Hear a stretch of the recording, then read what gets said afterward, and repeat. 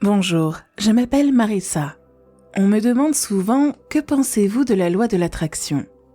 Suis-je une fan ? Est-ce que j'aime ça ? Ou est-ce que je n'aime pas ça ? Et la réponse est en fait à la fois oui et non. J'aime la loi de l'attraction parce qu'elle vous apprend à vous manifester en vous demandant que si vous pensez à quelque chose, vous pouvez peut-être l'attirer. Que si vous vous concentrez sur quelque chose, vous pouvez l'amener dans votre vie. Mais avant de commencer, si vous êtes nouveau sur cette chaîne, n'oubliez pas de vous abonner pour ne manquer aucune de nos prochaines vidéos. Likez la vidéo si elle vous plaît, partagez et regardez-la jusqu'au bout pour en tirer le maximum. Donc, j'aime la première partie. Je pense que la première partie est très bonne. Elle vous montre comment vous concentrer sur ce que vous voulez. Si vous vous concentrez sur le fait d'être malade, vous vous sentez plus malade. Si vous vous concentrez sur le fait d'être déprimé, vous vous sentez plus déprimé. Si vous redirigez votre concentration, vous pouvez tout changer. Ce dont je ne suis pas vraiment fan, c'est que ça ne vous dit pas la deuxième partie. Il dit, vous savez, si vous voulez trouver l'amour, asseyez-vous sur votre canapé et pensez à l'amour. Mais vous et moi savons que si vous voulez quelque chose, vous devez y penser, le visualiser et être proactif. Si je veux acheter une nouvelle maison, je ne peux pas m'asseoir sur mon canapé et dire que je vais acheter une nouvelle maison. Je dois sortir et les regarder. Je dois lire des magazines, aller voir des maisons et me concentrer sur la manifestation de la maison de mes rêves pendant que je la cherche. Si je veux un nouveau travail, je vais devoir aller passer des entretiens. Et si je veux trouver un grand amour dans ma vie, il y a beaucoup de gens qui font ça. Ils s'assoient à la maison et essaient de manifester l'amour sans se lever du canapé. Elles vont au yoga et dans des clubs de lecture féminine où il n'y a pas d'hommes. Et puis elles se disent « Ouais, ces manifestations ne marchent pas ». Beaucoup de gens n'aiment pas que je dise « Vous avez tout faux ». Si vous croyez que ça va arriver sans que vous fassiez quoi que ce soit. Mais je ne pense pas que ce soit vrai. Vous voyez, j'ai décidé d'écrire un livre. Et donc, pendant que j'écrivais le livre, j'écrivais le livre en disant « Tout le monde aime ce livre ». Ce livre est incroyable. Ce livre va être un best-seller. Et puis, je l'ai envoyé à un agent. Et il m'a fait publier le livre et c'était un best-seller. Mais j'ai dû le lui envoyer. La deuxième fois que j'ai écrit un livre, j'en ai écrit un autre et je l'ai envoyé moi-même. Et j'ai eu cette horrible sensation quand vous entendez le bruit sourd et que c'est votre manuscrit qui frappe le sol et qu'il ne le renvoie que lorsqu'ils ne le veulent pas. Je me souviens avoir entendu le troisième en pensant « Oh non, il est revenu encore ». Et cette horrible sensation de malaise. Mais je savais que je devais le ramasser, le remballer et l'envoyer. Mon agent était celui de J.K. Rowling. Elle a beaucoup parlé de ça. Elle a envoyé son livre Harry Potter et une petite reliure dans un dossier et on lui a renvoyé sans le dossier. Et elle n'avait pas assez d'argent pour acheter un autre petit dossier pour l'emballer et l'envoyer. Mais à chaque fois que mon livre revenait, je l'envoyais à nouveau. Et cela devenait de plus en plus difficile. Mais je le faisais quand même. Et puis un jour, il a été repris et il a reçu 10 fois l'argent que j'ai reçu de la première personne qui l'avait refusé. Et c'est vraiment une partie clé de la manifestation. Si vous êtes un manifesteur, si vous visualisez et manifestez dans votre manifestation, je vais sortir et rencontrer le partenaire de mes rêves. Tout va être génial. Et vous rencontrez quelqu'un, vous allez lui parler et il vous rejette. Oh non, ça ne marche pas. J'ai essayé ça n'a pas marché. Vous voyez, ça ne veut pas dire que vous ne serez pas rejeté en tant que manifesteur. Ça veut dire que vous devez y retourner et y retourner et y retourner encore. Donc, j'aime manifester. Je crois en la Bible. Elle dit que ce que vous pensez dans votre cœur, vous l'êtes. Et je crois que vous pouvez manifester toutes sortes de choses comme la santé, la richesse, l'amour, la joie et le succès. Mais je crois aussi que vous devez agir. Donc, si vous êtes tombé malade et que vous souhaitez être en parfaite santé, vous devriez prendre des compléments alimentaires, mieux manger, mieux dormir et prendre soin de vous. Si votre relation a mal tourné, vous devriez sortir et en trouver une nouvelle. J'espère que cela vous montre que vous pouvez manifester tout ce que vous voulez, le visualiser, le voir, faire un tableau de souhaits.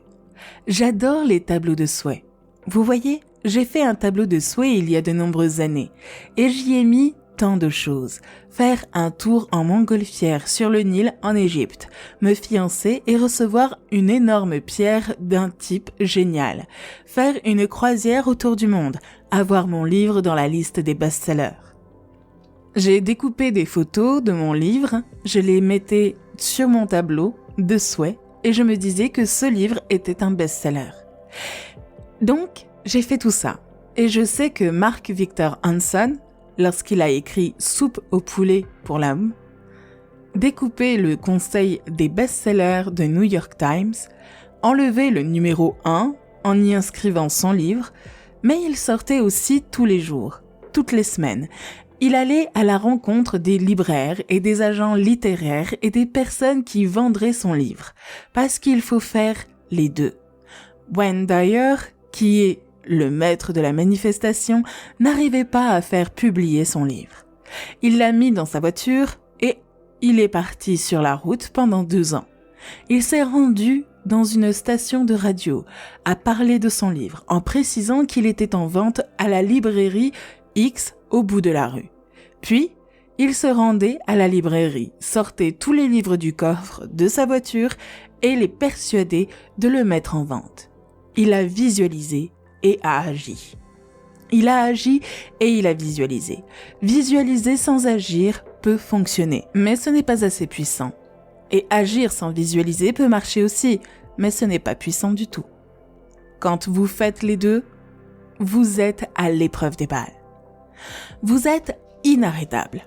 Vous êtes inébranlable. Donc, j'ai visualisé un super livre, mais je devais encore l'écrire. Et quand j'ai écrit le livre, je ne savais pas à l'époque ce que je sais maintenant. Cela peut vous prendre 3 mois pour écrire un livre, mais le travail que vous devez faire pour le maintenir dans la liste des best-sellers, les articles que vous devez écrire, les émissions de radio auxquelles vous devez participer, les personnes à qui vous devez parler, c'est un travail beaucoup plus difficile. Et mon agent m'a dit, si tu veux un contrat pour un livre, tu ferais mieux d'être prête à monter sur scène et à parler de ton livre. Parce que n'importe qui peut écrire un livre, n'importe qui ne peut pas le faire publier. Et ensuite, n'importe qui ne peut pas le faire rester dans la liste des meilleures ventes. J'ai beaucoup travaillé, j'étais dans des trains, j'allais dans tous les sens, j'étais fatiguée. Mais ça ne suffisait pas d'écrire ce livre. Je devais l'écrire, puis agir pour le faire publier, puis agir pour en faire un best-seller, puis agir pour qu'il reste un best-seller. Et le meilleur manifestant a aussi travaillé dur. Donc, j'espère que vous comprenez la loi de l'attraction. Vous pouvez attirer l'amour, vous pouvez attirer la richesse, vous pouvez attirer la joie, vous pouvez attirer la santé. Vous devez aussi faire un peu de travail. Je veux dire, je fais du yoga, je fais de la musculation parce que je veux attirer et garder un corps sain. Je suis sûre que je pourrais probablement m'allonger sur mon canapé et imaginer avoir un pack de 6 et des cuisses fermes et un ventre plat. Mais je fais aussi ce travail. Mais j'aime ça, j'aime faire du pilates, j'aime faire du yoga. Et c'est une autre chose à retenir. Quand vous commencez à faire quelque chose que vous n'avez pas envie de faire, comme courir ou soulever des poids ou faire du jus ou enlever le sucre de votre café, après 1 heure, vous commencez à aimer ça. Nous aimons ce que nous faisons tout le temps. Je vais terminer très rapidement avec les 5 choses que vous pouvez faire pour que le travail soit une joie. Faites ce que vous aimez. Si vous essayez de réussir dans une carrière que vous détestez, vous en payerez toujours le prix. Si vous faites ce que vous aimez et aimez ce que vous faites, vous n'aurez jamais vraiment l'impression de travailler dur. Agissez chaque jour dans le sens de vos objectifs. Sur la voie du succès, vous devez agir chaque jour. Parfois, l'ascenseur du succès est en panne, mais les escaliers, eux, fonctionnent toujours. Et il n'y a pas toujours de raccourci. Il peut y en avoir.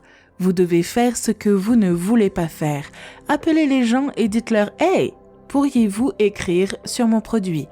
Pourrais-je venir dans votre émission ? Pourriez-vous me donner un créneau ? » Certains d'entre eux diront non.